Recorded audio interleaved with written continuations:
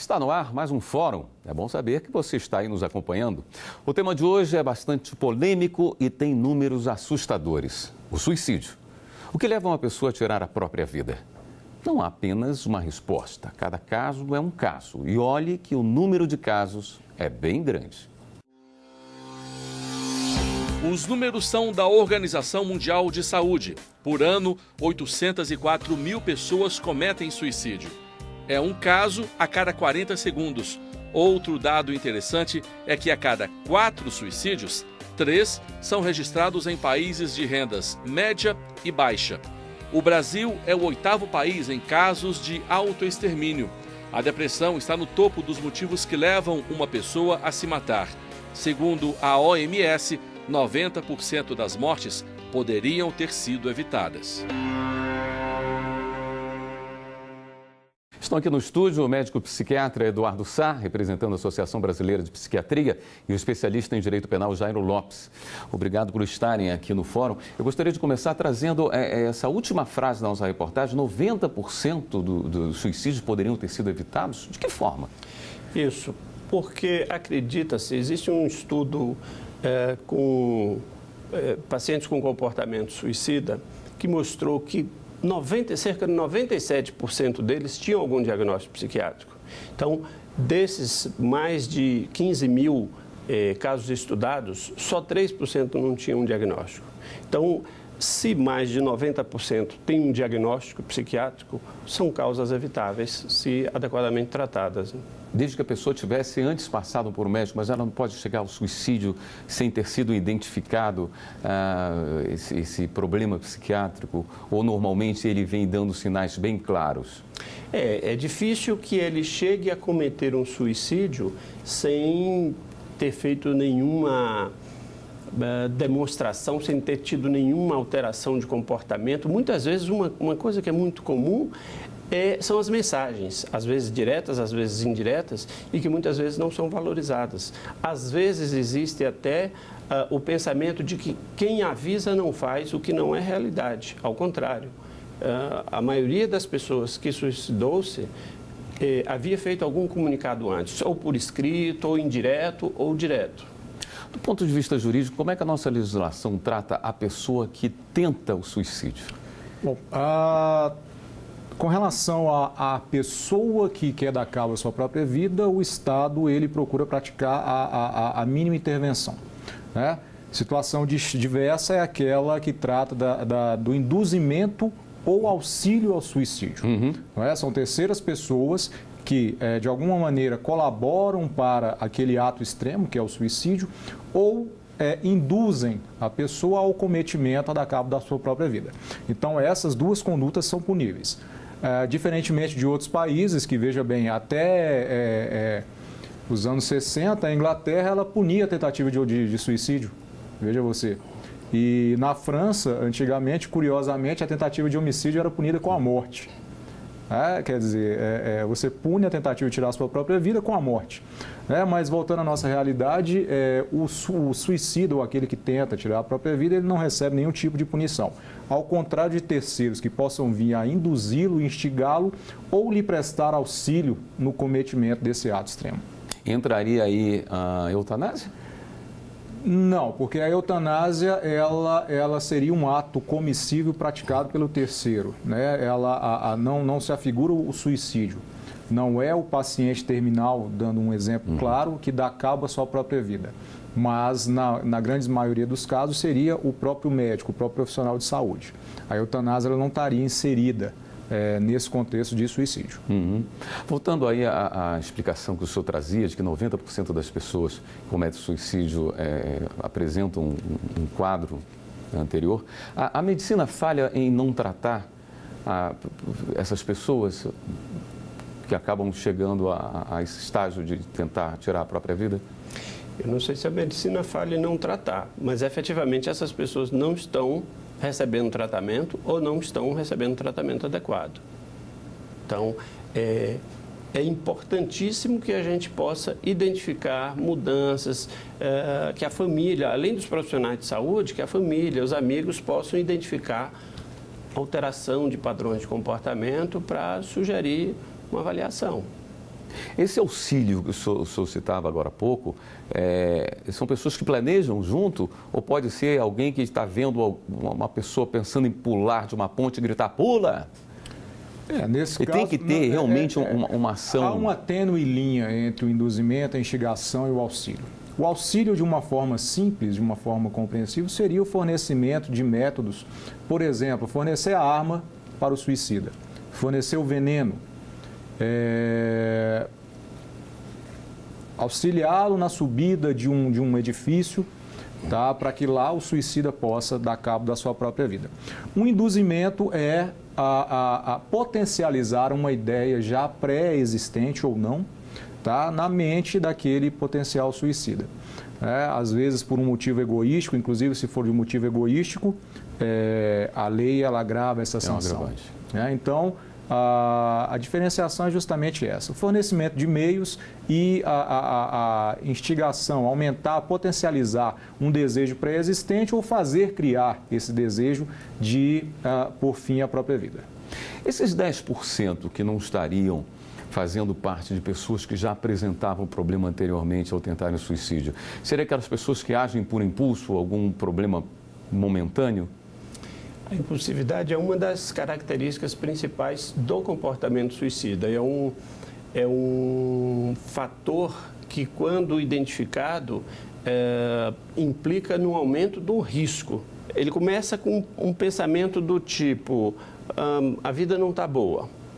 Daí ele passa a um pensamento do tipo, seria bom se eu morresse.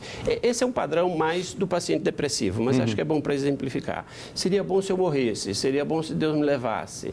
Daí ele começa a pensar, que é a fase do planejamento. Só que o ato em si, eu vejo como uma coisa quase que num curto-circuito, porque ele faz todos esses passos, mas a rigor, ninguém quer. O que as pessoas querem é o fim do sofrimento. O suicídio em geral, como uma coisa de desespero, para aliviar um sofrimento. No idoso, por exemplo, pode significar para ele ir ao encontro de alguém que ele perdeu, da esposa de 50 anos de convivência, algo assim. No paciente que tem uma doença crônica, incurável, ou uma doença deformante, é o alívio daquilo todo. Então, tem muitas razões que levam ao suicídio, além da própria doença mental em si. Então, nessas etapas que ele passa, porque o pensamento suicida não surge de uma hora para outra. Então, nessas etapas que ele passa, eu entendo que o momento do suicídio é quase que um curto-circuito. E aí a impulsividade tem um papel muito importante. Quanto mais impulsivo, maior o risco por conta disso. Se ele está com meios próprios, ou ele está num local alto, ou ele dispõe de uma arma, e aquele pensamento vem naquela hora, então ele pode não se controlar. A ação é muito impulsiva, entende? Mas temos aí também pacientes que utilizam essa possibilidade de tirar a própria vida apenas para chamar a atenção? Normalmente falamos de chamar a atenção no que nós chamamos de tentativa de suicídio, ou seja, é o ato que não se consumou. Pensar que aquilo foi só para chamar a atenção tira da gente a oportunidade de oferecer ajuda para aquela pessoa. Porque chamar a atenção fazendo uma tentativa de suicídio não me parece uma coisa muito razoável, né? Então, se a pessoa adotou como comportamento de chamar a atenção uma tentativa de suicídio, onde de qualquer modo ela vai sofrer, ela vai ter algum grau de sofrimento, muitas vezes com risco, muitas vezes fica dias na UTI até que saia. Então, é um comportamento de risco. A reportagem mostrou que a cada 40 segundos morre uma pessoa no mundo. A cada 3 segundos, uma pessoa faz tentativa de suicídio. Nós temos alguns casos, que não são muito incomuns, de pessoas que tentam um suicídio dentro dos presídios. Isso é uma responsabilidade do Estado. De que forma que isso tem que ser cuidada para que não aconteça? Existe uma preocupação de um tratamento adequado para pessoas que já vêm apresentando esse tipo de quadro a entrarem no sistema prisional? Ou deveria existir? Em verdade, a nossa legislação penal, nossa legislação relativa à execução de penas e sentenças, ela prevê a assistência médica, psicológica para os ingressos no sistema carcerário. Ou seja, há uma obrigação legal de que o Estado tome conta de seus presos, né? E há a obrigação também de dar o auxílio psicológico, o auxílio de assistente social e de médicos também. Tanto é que, na ocorrência de suicídios nas dependências dos estabelecimentos prisionais, pode vir a emergir a responsabilidade do Estado em indenizar as famílias. Ainda mais se restar comprovado de que aquele era um quadro notório, evidente, e o Estado não prestou a devida atenção e não prestou o devido tratamento. Nesse caso, tratamento psiquiátrico, tratamento psicológico, a devida terapia. É uma situação extrema, de fato, a prisão, o aprisionamento. Então, eu acho que merece uma análise caso a caso para avaliar. Evidentemente, não é o comum. As pessoas, algumas permanecem presas 20 anos e não optaram por esse caminho. Então, precisa entender por que a maioria não tomou esse caminho e essa tomou. Devem existir características nesse indivíduo que fizeram ela tomar esse caminho. Perfeito. Nós vamos para um rápido intervalo. O Fórum volta em instantes.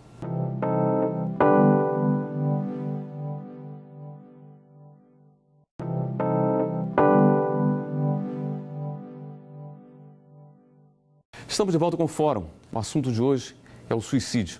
A gente falava, doutor Jairo, no primeiro bloco, sobre situações extremas que podem levar uma pessoa que não tenha uma tendência suicida pensar nessa possibilidade. E entre elas, um exemplo que se pode pensar é alguma pessoa que se encontre encarcerada e que não faça parte desse universo e que se encontre por uma determinada situação, numa situação dessa de extrema.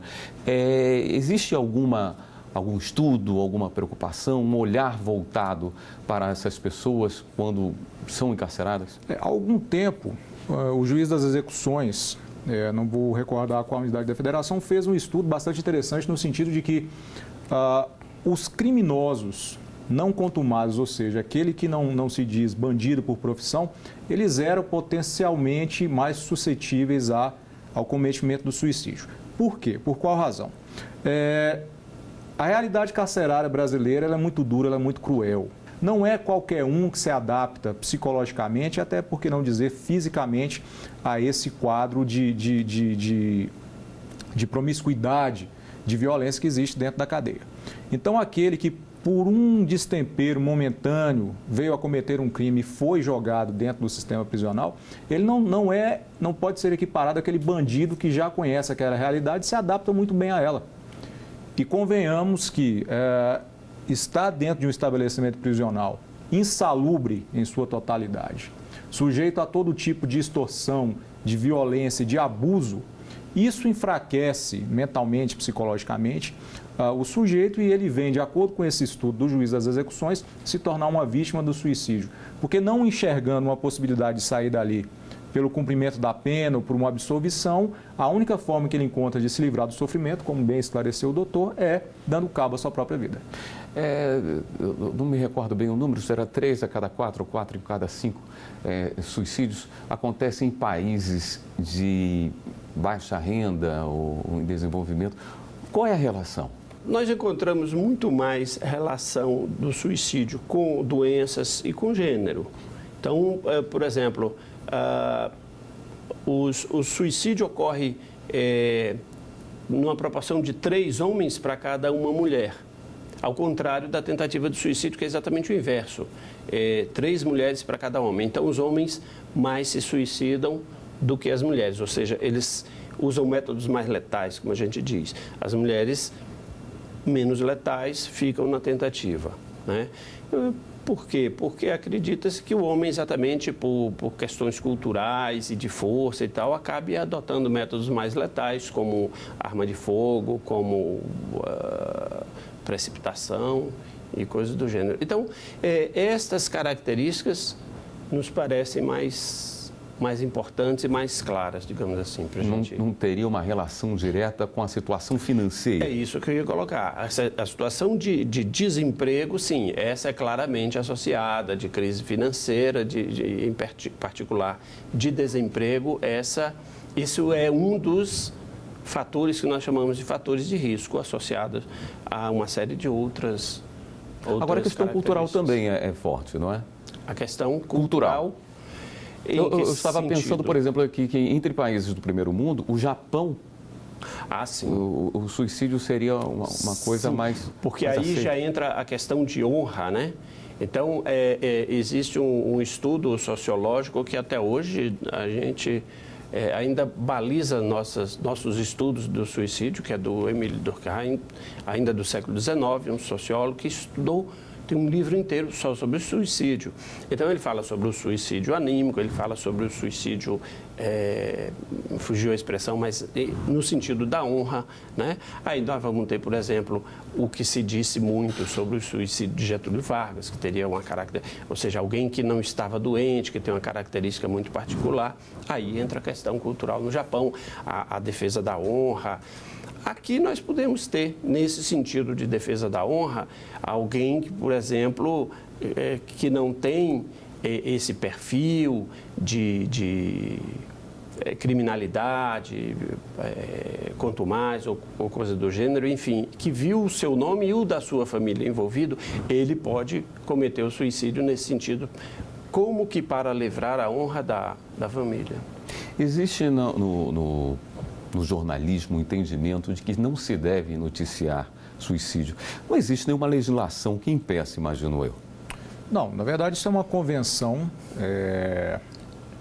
movida por um sentimento ético, digamos assim, e que se justifica, segundo consta, primeiro por não agravar o sofrimento dos entes do suicida e também de não incentivar, né? Porque há casos em que um suicídio cometido ele vem promover ou pelo menos fazer germinar a ideia em outras pessoas que possam estar caminhando fragilmente, emocionalmente fragilizadas, possam estar caminhando para isso também.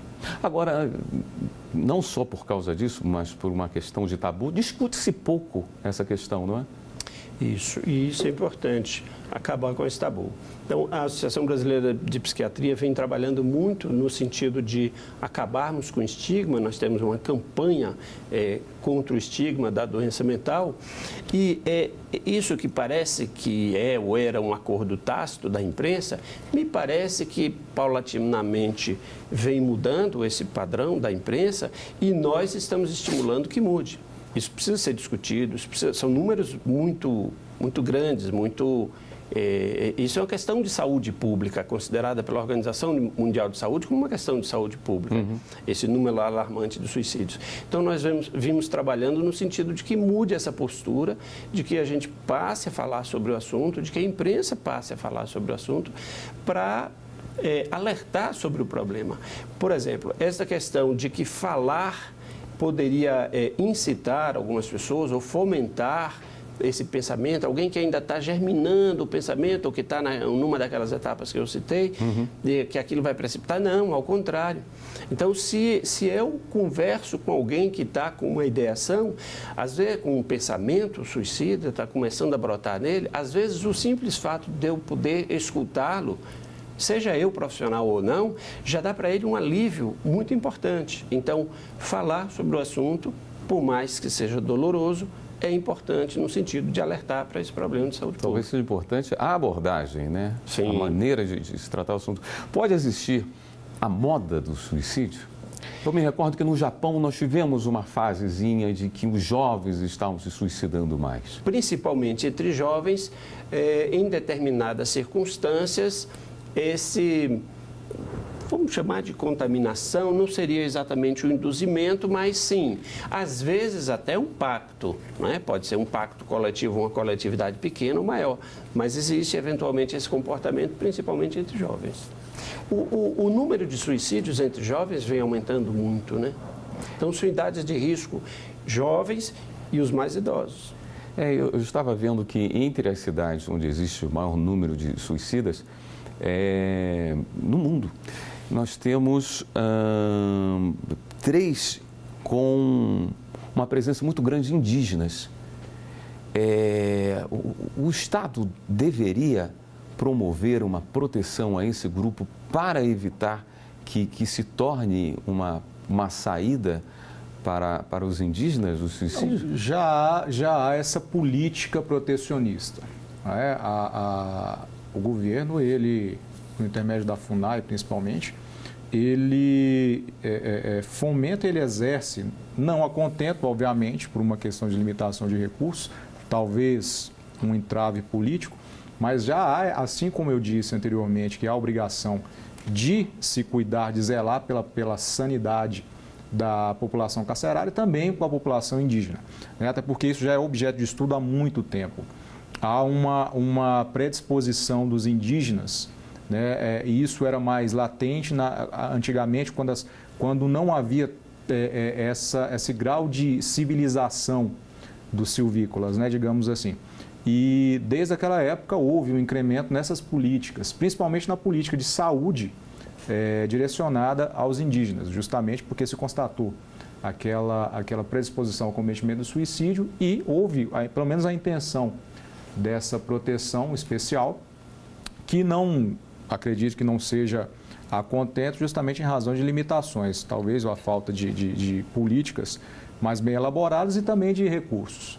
Não é? O alcoolismo pode ser um gatilho para a pessoa chegar a tirar a própria vida?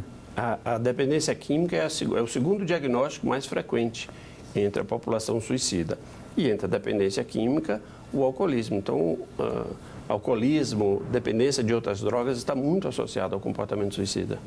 Bom, a legislação diz que o direito à vida é o bem maior. De que forma a nossa legislação deveria tratar a vida do cidadão? O senhor acredita que ela deveria olhar de uma forma diferente?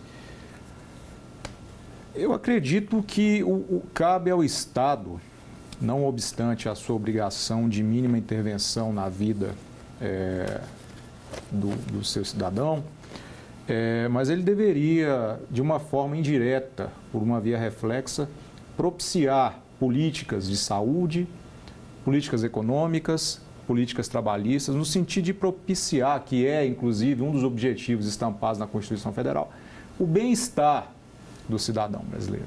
Não é isso?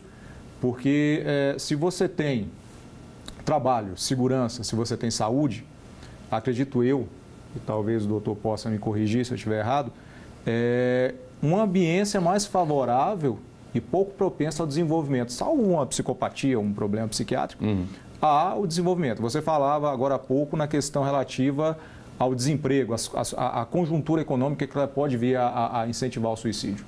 Então, a partir do momento que o governo propicia uma qualidade de vida para a população, nós conseguimos criar uma ambiência menos propícia, resguardada a questão médica, a questão psiquiátrica, né? Então, há sim a obrigação do Estado de olhar melhor para o seu povo, incentivar as políticas públicas relacionadas à saúde, educação, políticas mais protecionistas para o cidadão de bem, e também para a população carcerária que necessita desse acompanhamento. Sempre se discute o direito à vida. Sim. O senhor acredita que deveria haver uma punição para as pessoas que tentam suicídio sem sucesso? Veja bem, isso transcende a seara jurídica. Há uns tempo atrás eu participei aqui mesmo de um programa onde se discutia a morte assistida. Nós tratávamos de eutanásia, ortotanásia, enfim.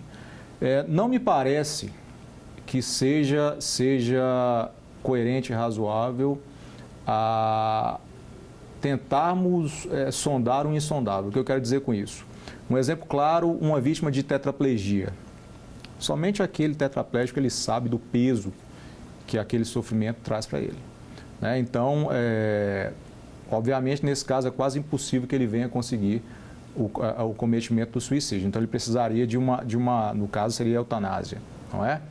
Então, não nos parece razoável essa intromissão na tutela da vida de cada um. Então, diante disso, não nos parece razoável punir a tentativa de suicídio. Porque não é uma questão de política criminal. Aquele cidadão ele não está cometendo um crime e, se pararmos para avaliar de uma forma fria, ele não está comprometendo o coletivo. Aquilo ali vai agregar um sofrimento à própria família. Talvez uma questão de saúde, mas de uma forma bem menos impactante do que a questão do homicídio em si. Perfeito. Bom, nós encerramos mais uma edição do Fórum. Eu espero que você tenha gostado, que tenha trazido algum esclarecimento para suas dúvidas. Agradeço ao médico psiquiatra Eduardo Sá, representante da Associação Brasileira de Psiquiatria, também ao especialista em Direito Penal Jairo Lopes. E obrigado a você por assistir o nosso programa. Se você quiser rever este ou outros programas, você pode acessar o site da TV Justiça, tvjustiça.jus.br. E o nosso e-mail é forum@stf.jus.br. Até o próximo programa.